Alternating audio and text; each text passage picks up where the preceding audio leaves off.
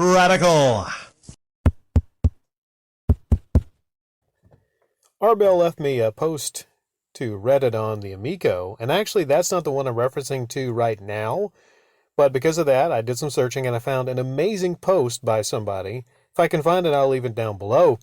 But basically, this outlined in detail the path forward for Amico, and it was a fascinating read because, you see, even if Amico gets this money on Start Engine, even if they get the investment, even if they get everything that they want right now, the path forward for Amico is not, it's not feasible to be a successful product. That's even if every single thing goes right. Most likely, not every single thing goes right.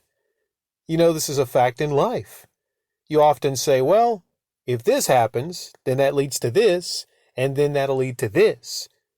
And the best well-laid plans usually don't turn out like you planned. Let's say you have a plan to restore a vehicle and upgrade the vehicle, but finding parts for this vehicle is incredibly difficult and incredibly expensive and time-consuming to source the parts.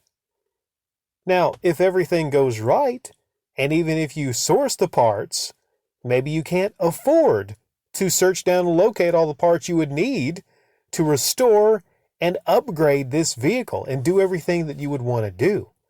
Such is the case with Intellivision Amico. Basically, in this Reddit post, this guy or gal, not sure if it's a guy or a gal, but they broke down that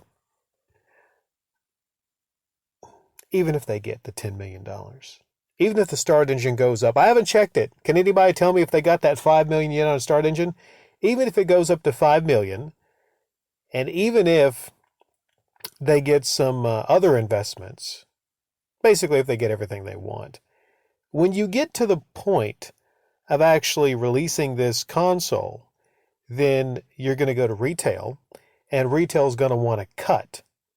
And the thing is, if you're a proven product like Nintendo, Microsoft, Sony, then you're not going to have to pay as much. They're not going to have to get as big of a cut to actually, display your product in their stores.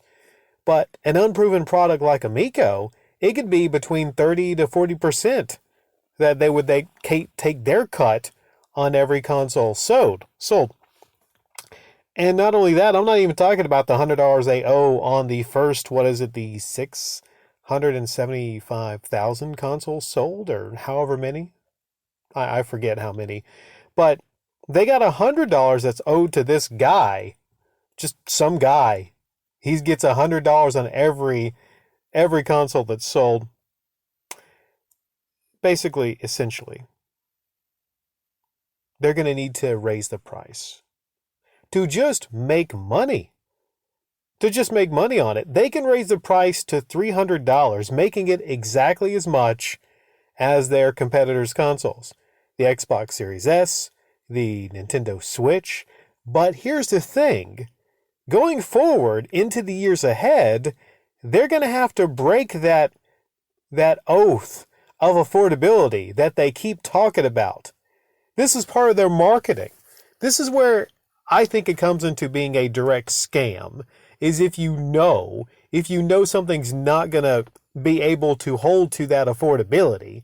That's even questioning affordability for $250, but I think if it goes up to $350, then you basically destroyed your own affordability argument. But the gang, they know what they're going to need. Dr. Phil, he knows he's going to need at least $350, maybe $400 on every console in the future sold to actually be a profitable, successful company, to keep going forward, to keep hiring people to, make the games. They're going to need to raise the price of those games, into the $20, $30, maybe even $40 range. And then you're looking at why this thing ultimately, under no circumstances, can be successful. Because they've already dug themselves a hole to where they're going to need more money that is realistically capable of being given to them from the public.